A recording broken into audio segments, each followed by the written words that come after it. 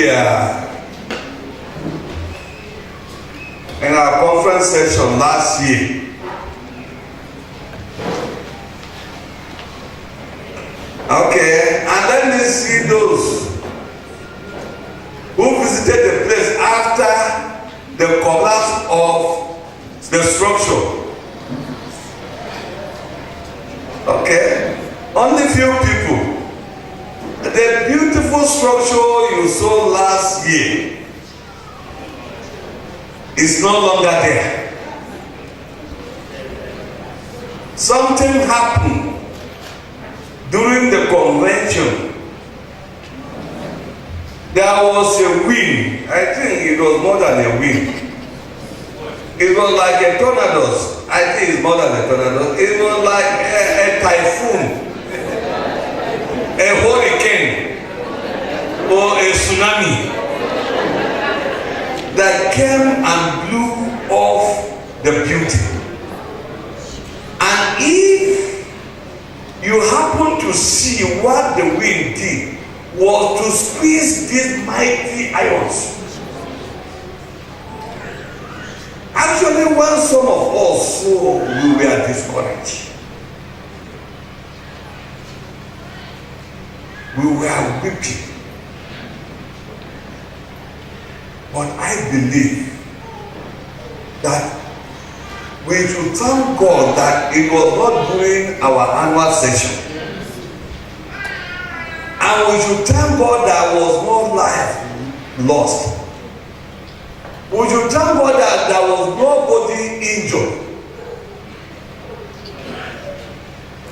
So, people raised that structure, and these people are still alive. That means that God knows that if we can raise that, if we put little effort, we can raise a better one. That is why He spared you alive. That is why He spared me alive. Where we read, we want to look at the man Nehemiah. Nehemiah was a man of vision and passion.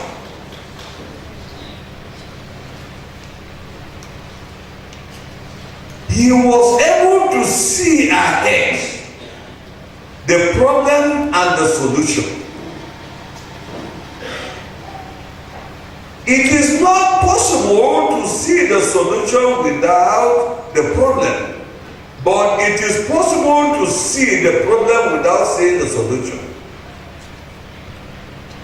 We are all in the war of crisis after the fall. I say, it takes only a spiritual person, a person with a vision, to see the problem and also see the solution. If you see a problem and you see the solution, you are a leader. But if you are only seeing problems, crisis, and you don't see solution, then you are not a leader. You are an ordinary person. In Jeremiah chapter 1, verse 1, they say some people visited Jeremiah. They came from Jerusalem. And the first question Jeremiah asked them, how is Jerusalem? That means that he was far away, but his heart was in Jerusalem.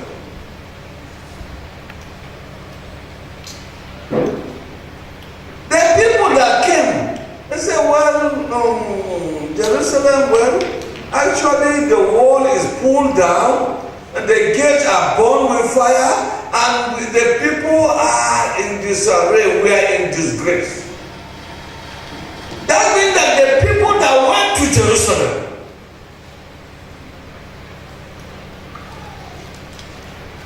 nobody saw the solution to build the wall of Jerusalem.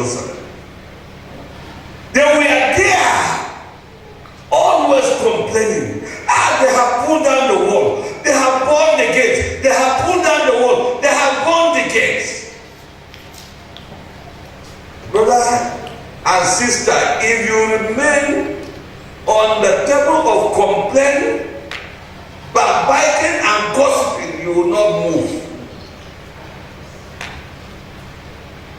Sometimes we always see the mistakes of others. We always see the fault of others. We never pray for them. When we get there, you will be confused more than those who are there.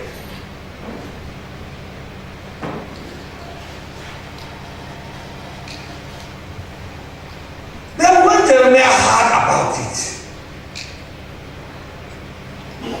the Bible says he wept.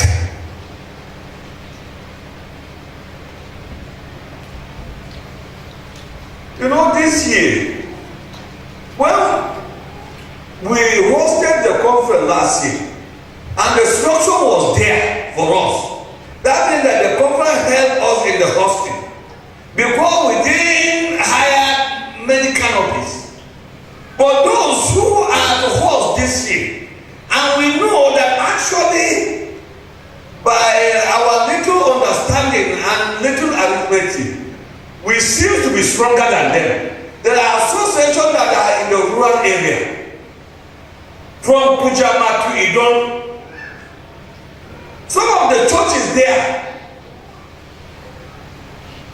I think when Pastor and others went to Agwantuo, they came with a report. Pastor, the Sunday before the one we watching, what was their taking? That means that the whole people that gather in the church gather only 600 naira. That is their tithe and offering. 600 naira. And this is typical of some of the churches we see in the rural area. But they are to host us. And some of us, when we go there, we say, they didn't provide this thing, they didn't provide this thing. I think we need to join hands together and walk in our discipleship lifestyle. We say cooperating together. Because our prayer is that we should build a structure that even when people are hosting, they will not have problem hiring canopies.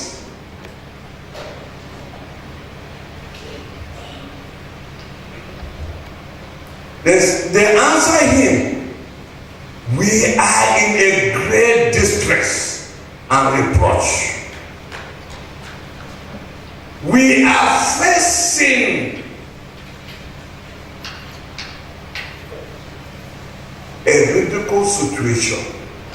People are laughing at us.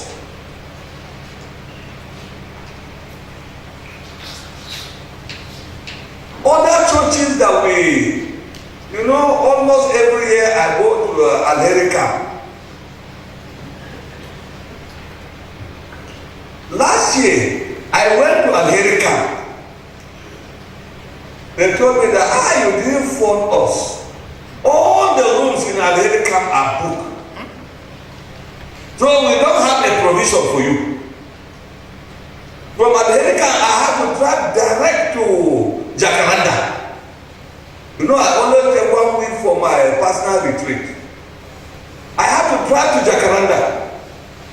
There I bought a room. And these people, it is a ministry of one person. If you have never gone to America, let's try and go there and see what God is doing there. You will appreciate the ministry of Jeremiah. But why is it that one person is doing this? In our discipleship, somebody said 2 heads are better than one, and somebody corrected him and said 2 good heads. That means that we Baptists, we don't have correct hair. That means that one good head somewhere is better than many of our heads. We are more than the Chapel of Grace in population, in Canada Conference. If you go to villages, you find Baptists. In the city, you have Baptists. We have a big seminary. Then what is wrong? What is wrong? Something is wrong somewhere. And many things are wrong. Either we don't provide good leadership, or we don't have good followership, or the two combined.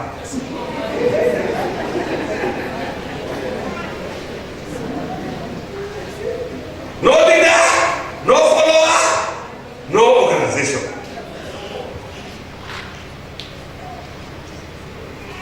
He said, when I heard this, it touched my heart.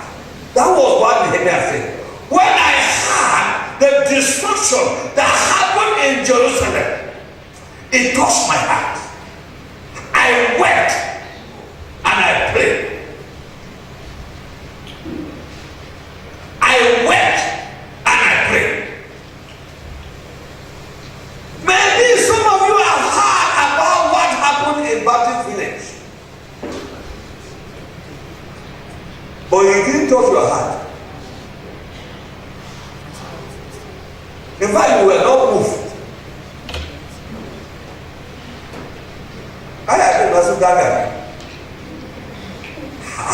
Sometimes when I see pastors talking like this, I said, look, Daga never thought he would become conference president.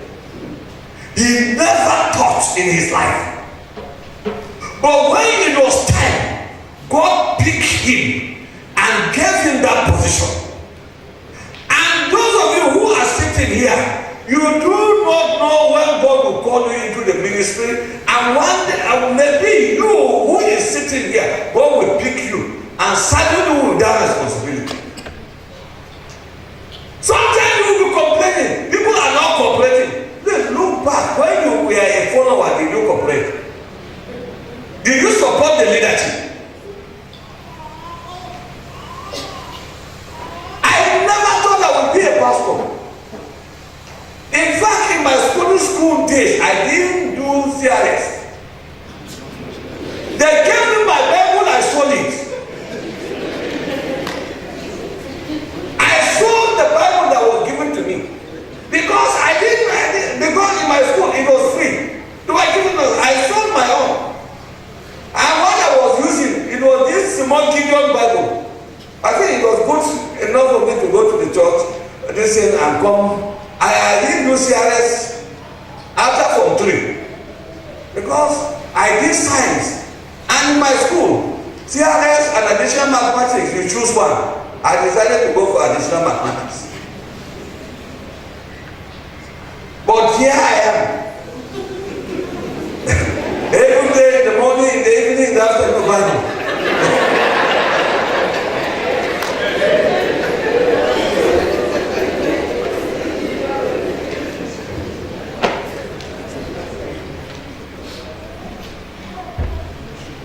Jeremiah and Nehemiah, what he did was, after he wept, he prayed, then he went to the king, and God granted him favor. Brothers, I am telling you, God has already granted us favor. Amen. We are marching forward. Amen. Then he went and inspected the wall. And he came to his own people and said, you are living in Jerusalem. Maybe God has not opened your eyes to see the disgrace we are facing. The disgrace we are facing. The reproach we are facing. But I have come. See. Let us arise and rebuke the walls of Jerusalem. This is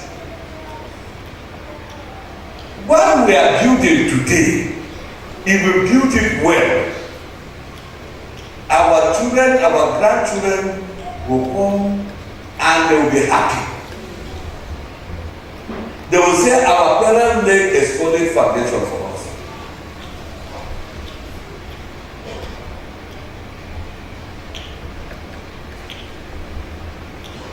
You see, when we were coming up, I think I know, during the ministers' conference, Reverend Umbo, Reverend Kaliaro, and others, they were the leaders of the alumni conference, and they will sing. In fact, they will do all the talking. We will do the hearing. It is among them, they will just jump and collect the microphone and speak. Who are you to go and touch it? But today, their era is gone. And as I'm standing today, I am the chairman of the alumni of the Baptist Theological Seminary, which I never thought I would be there.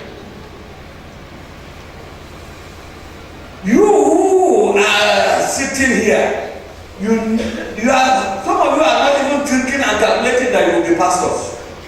But when the time comes, God knows how to fish you out. And He will bring you and send you to the seminary and train you and make you the conference president or convention president. But what you are planting today is what you will harvest when you become a leader. And don't think that I am old. When we were in the seminary, some of my friends, there was an old man in our class, Baba Omotosho. Some of my friends, Emmanuel Orutele, and others, they will say, Baba Omotosho, God called you in the evening. Baba Amando, God called you in the afternoon. But God called us early in the morning. We have time to work.